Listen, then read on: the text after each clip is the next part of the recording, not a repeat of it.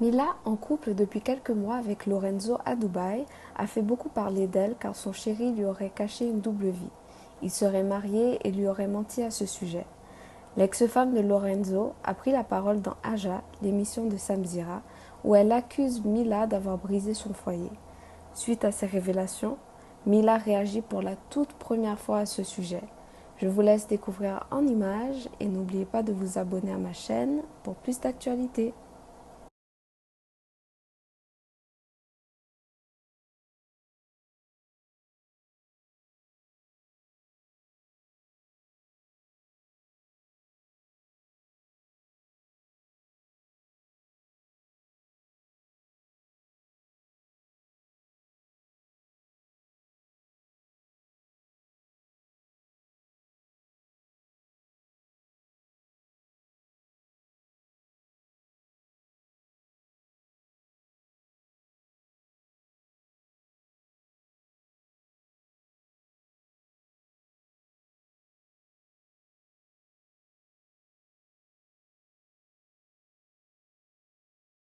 À tous, j'espère que vous allez bien. Aujourd'hui, c'est censé être une journée bon plan où je dois vous partager plein de bons plans. Et finalement, ça se transforme un petit peu en règlement de compte. Mais je pense que c'est important que je prenne la parole, même si je vous ai fait des stories. Je pense qu'il y a pas mal de choses qui doivent être clarifiées. Je sais qu'il y a beaucoup de gens qui étaient pas du tout au courant de cette histoire et qui la découvrent à peine à travers mes réseaux sociaux aujourd'hui. Mais il y en a d'autres qui ont vu pas mal de choses tourner où en fait l'ex de mon compagnon actuel se rend de plateau en plateau chez les blogueurs dont Samzira, dont Nabil pour venir raconter sa version. C'est pour ça que moi je me sens un petit peu obligée d'éclaircir certains points mais surtout rétablir la vérité. Vous savez que j'ai eu pas mal d'histoires ces derniers temps, j'ai perdu mon Snap et c'est vrai que j'ai gardé énormément de choses pour moi. Et je sais qu'il y a beaucoup de personnes qui se sont demandé pourquoi et qui se sont peut-être même dit si elles s'expriment pas, c'est que ce qu'on dit d'elles c'est vrai. Je ne veux pas du tout à certaines personnes d'avoir pu penser ça, mais c'est vrai que le fait que je m'exprime pas, et ben du coup ça laisse place à beaucoup de doutes et finalement et ben il y a des gens qui se font leurs propres réponses. C'est vrai que moi j'ai pas l'habitude de passer par des blogueurs pour régler mes comptes ou pour m'exprimer, donc c'est pour ça que je vais le faire. Je vais le faire comme une femme et je pense qu'il est temps que chacun assume ses parts de responsabilité dans cette histoire. Comme vous avez pu le lire, mon histoire, elle a très mal commencé. Elle a commencé sur des mensonges, sur une histoire similaire que j'ai pu vivre avec Mujdat. Et c'est vrai que je vois beaucoup de commentaires où les gens ils me disent « Mais Mila, t'apprends pas ?» En fait, non, quand je rencontre quelqu'un qui me dit qu'il est célibataire, je ne fais pas partie du FBI pour vérifier. Dès lors où la personne, elle vit seule, qu'elle est tout le temps avec moi, en fait, je vois pas comment je peux savoir qu'il y a une femme planquée sous le lit. Pas à débattre sur le fait qu'il s'y soit très mal pris, qu'il ait mal fait les choses, qu'il lui ait menti à elle, qu'il m'ait menti à moi. Même s'il m'a expliqué certaines choses par la suite, je suis pas en train de lui trouver des excuses. Voilà, sur ça, il n'y a rien qui peut justifier sa lâcheté, il a mal fait les choses. En gros, l'histoire, c'est quoi? Je rencontre un homme qui me dit qu'il est célibataire. Moi, je le crois. Plus tard, je découvre que c'est pas vrai. Le jour où je le découvre, je coupe les ponts avec lui, je me range directement du côté de la femme parce que je veux pas vivre ce que j'ai déjà vécu. Je me dis super, mais je date numéro 2. Entre-temps, moi, je le bloque. Je veux plus du tout entendre parler de lui, peu importe les sentiments que j'avais, etc. Hors de question de m'engager dans une histoire comme celle-ci. Avec sa femme, à ce moment-là, l'échange se passe super bien.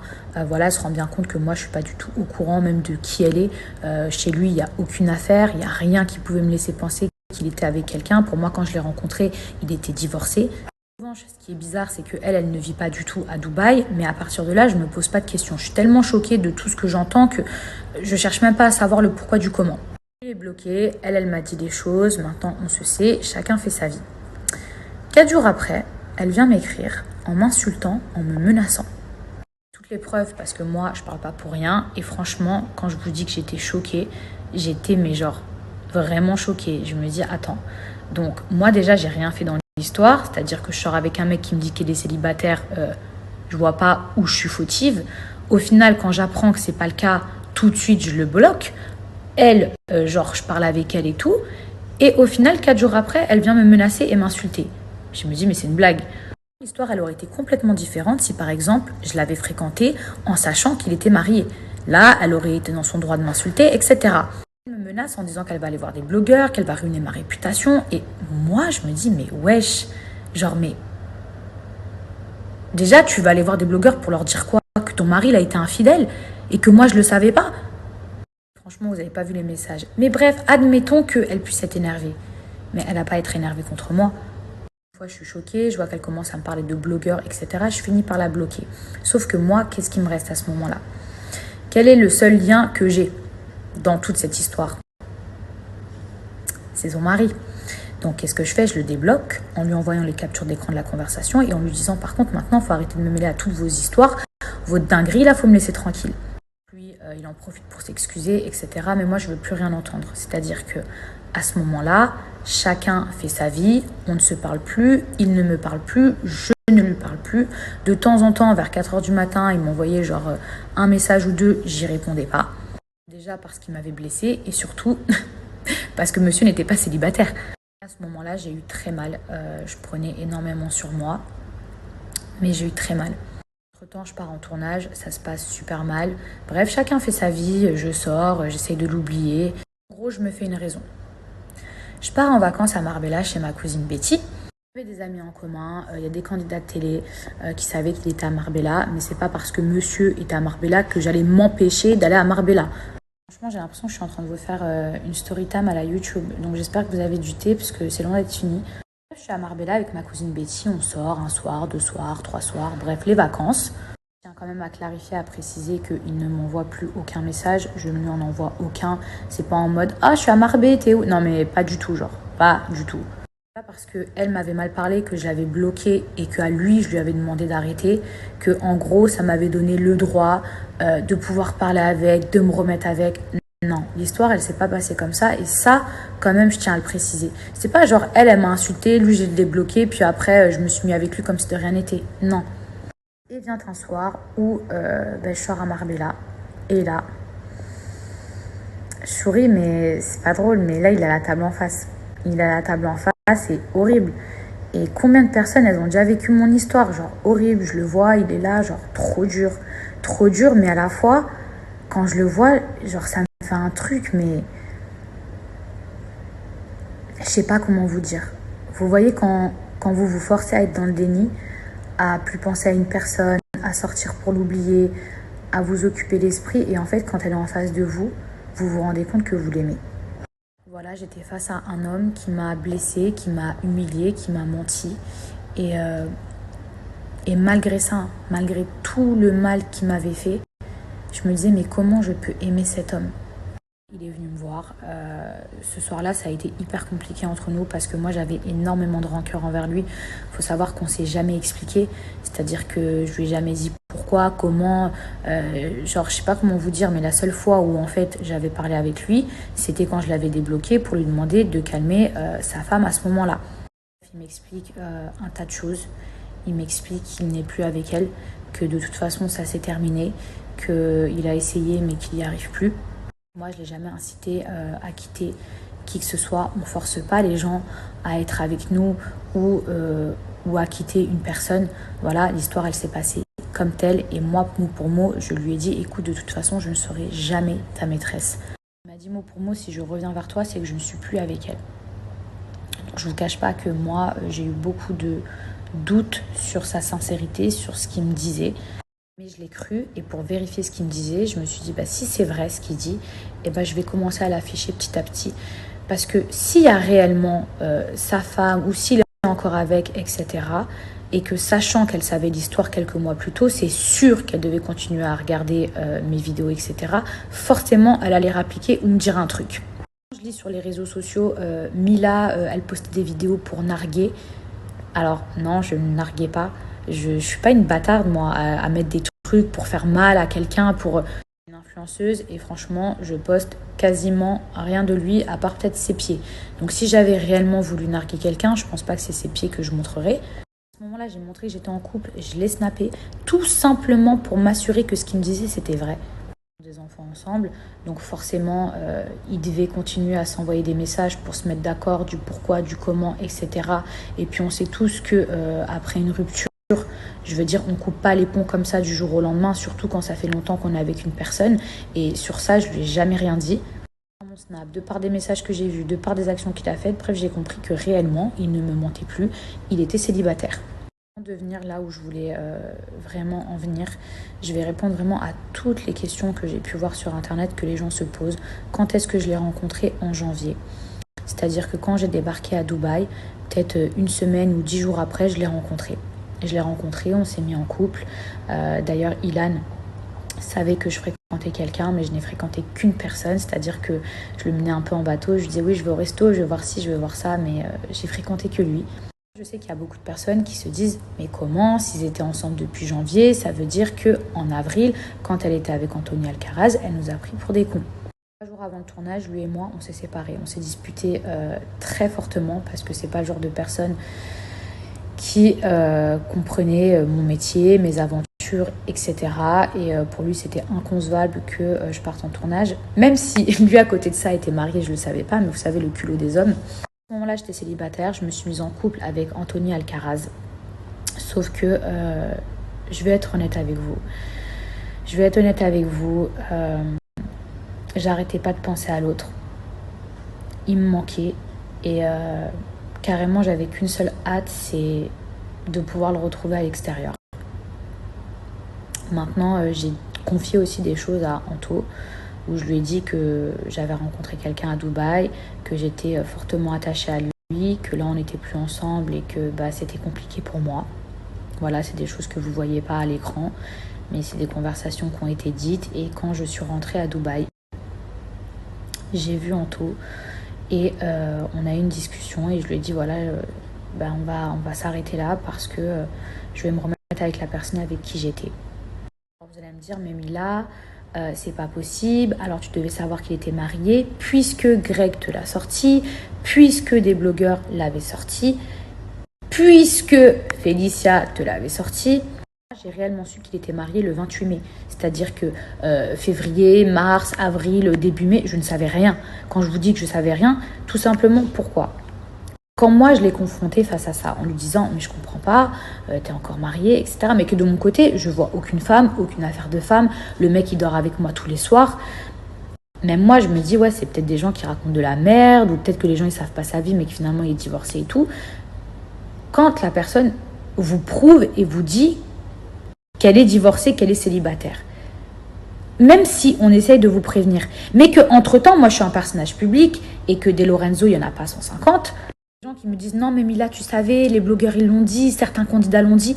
Oui, c'est vrai, et oui, ça m'a mis un doute, et oui, je lui ai demandé des explications, mais dès lors où, entre-temps, comme je vous ai dit, il n'y a pas 150 Lorenzo, que moi, il n'y a personne qui vient m'écrire sur mes réseaux sociaux, ou même par l'intermédiaire d'une amie, ou je sais pas, soi-disant les blogueurs, il n'y a personne qui vient pour me dire bonjour, je suis la femme d'eux.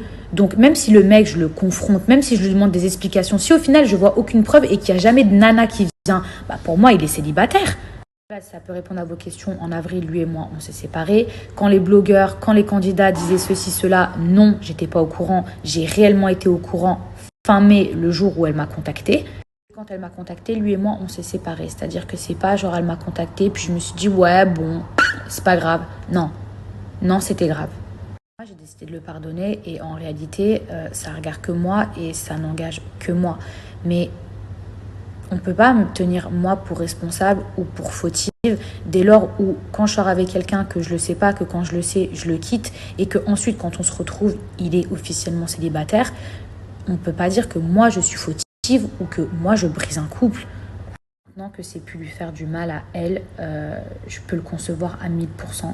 Pourquoi? Parce que même si j'ai pas d'enfant, j'ai été dans sa position.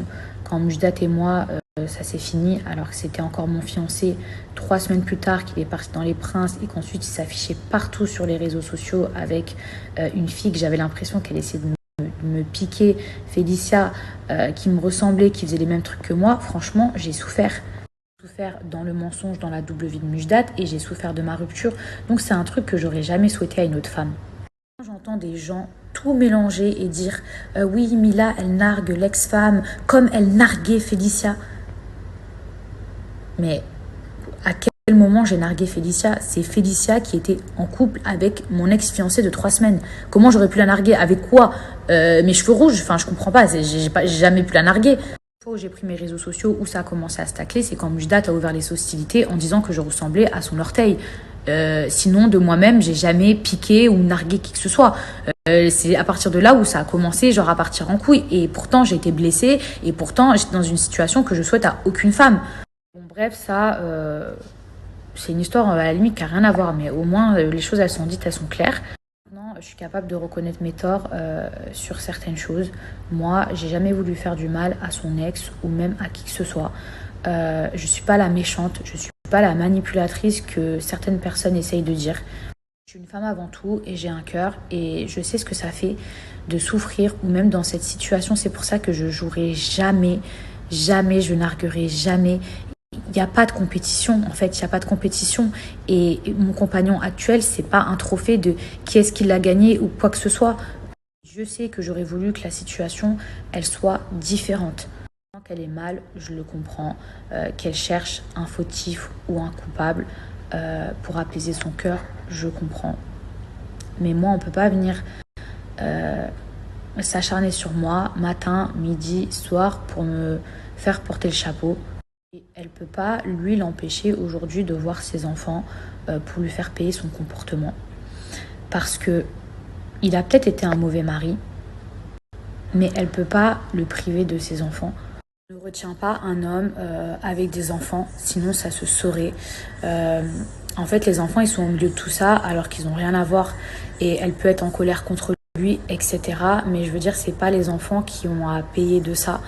Parce que c'est pas normal qu'ils souffrent de l'absence de leur père, sachant que lui, il veut être présent. Vous savez, tous les jours, il y a des gens qui se séparent. Tous les jours, il y a des gens qui divorcent. Et c'est pas moi qui ai inventé le divorce. Et c'est pas parce que Lorenzo, aujourd'hui, il est plus auprès de son ex qui doit être privé de ses enfants. On ne peut pas le priver, lui, de cet amour qu'il a envie de donner à ses enfants et ses enfants qui devraient lui donner. Je ne suis pas la manipulatrice que son ex dépeint, même si j'ai conscience qu'il y a des choses que j'aurais pu mieux faire. Je sais que tout n'a pas été fait correctement et c'est pour ça que chacun a sa part de responsabilité, mais c'est pas moi qui étais mariée avec elle. Je n'ai jamais voulu rentrer ni en guerre, ni dans la provocation, ni quoi que ce soit avec elle, parce que je pense qu'on a suffisamment souffert. Un truc sur lequel j'aurais pas dû réagir et sur ça je reconnais mes torts. La fameuse phrase où je dis bah moi pendant ce temps-là je fais tchoukou tchoukou. Maintenant je suis pas fière de moi, mais il y a un moment donné où quand on m'insulte du soir au matin, quand on fait des posts contre moi, quand on dit des trucs de fou sur moi, je reste humaine. Reste humaine et surtout qu'à la base, moi je suis dans mon coin, je suis pas là pour piquer, je suis pas là pour remuer le couteau dans la plaie, mais il faut pas non plus venir m'insulter. Aujourd'hui, son ex, elle a refait sa vie et elle a le droit. Et moi, je lui souhaite tout le bonheur du monde. Mais moi aussi, je pense que j'ai le droit aujourd'hui d'être heureuse. Je sais pas le statut de sa relation, je sais juste qu'elle fréquente quelqu'un, mais tout ça pour vous dire que je pense qu'aujourd'hui, j'ai assez souffert dans ma vie. Tous ceux ou celles qui pensent que parce qu'il a fait ça, il me refera pareil, etc. Peut-être que vous avez raison. Et peut-être que je fonce droit dans un mur. Ou peut-être pas. Et dans la vie, quand il y a le bénéfice du doute, il faut laisser le bénéfice du doute aux gens. Et moi aussi, j'ai le droit d'être heureuse. Et lui aussi. C'est pas parce que demain, t'aimes plus une personne ou que t'as mal fait les choses que tu peux pas réparer le mal. Je laisse vous faire vos propres opinions et je vais retourner à mes placements de produits. Et il y a une dernière chose sur laquelle je voulais rebondir et j'ai vraiment pas l'habitude de parler d'argent sur mes réseaux sociaux, genre jamais même. Je vois beaucoup de gens écrire oui c'est un Mujdak numéro 2, attention etc. Et je vous en veux pas de penser comme ça, au contraire je pense que vous êtes bienveillants et que vous voulez pas que je me fasse avoir une deuxième fois. Mais les réseaux, etc., tout ça, c'est vraiment pas son milieu. Sinon, il aurait pris la parole. Je pense que ça aurait été tellement plus simple s'il avait pu s'exprimer lui-même. Alors oui, je sais que dans le passé, Mujdak m'a dit aussi que les réseaux sociaux, c'était pas pour lui, etc. Mais là, je vous cache pas que j'aurais bien aimé qu'il donne sa version. Il est d'accord avec tout ce que j'ai posté. On vit ensemble. On en a discuté avant. Donc, il n'y a pas de je poste à son insu, etc. Quand je filme son pied, quand je filme ses mains, quand je filme sa voix, je ne le snap pas à son insu. Je respecte le fait qu'il ait tout simplement pas envie d'être sur les réseaux sociaux. Et quand je vous parlais d'argent, alors oui, je gagne bien ma vie grâce à Dieu. Voilà, je me paye des choses, etc. Mais je vois plein de commentaires. Oui, Mila, c'est la poule aux œufs d'or, je sais pas quoi. Il a Michton. Sachez qu'il paye tout. Voilà. J'avais même pas envie de rentrer dans les détails. Alors il y a des choses que j'achète, que je lui offre, mais il paye tout. Donc si cet homme me michetonnait, j'aimerais bien savoir de quelle façon.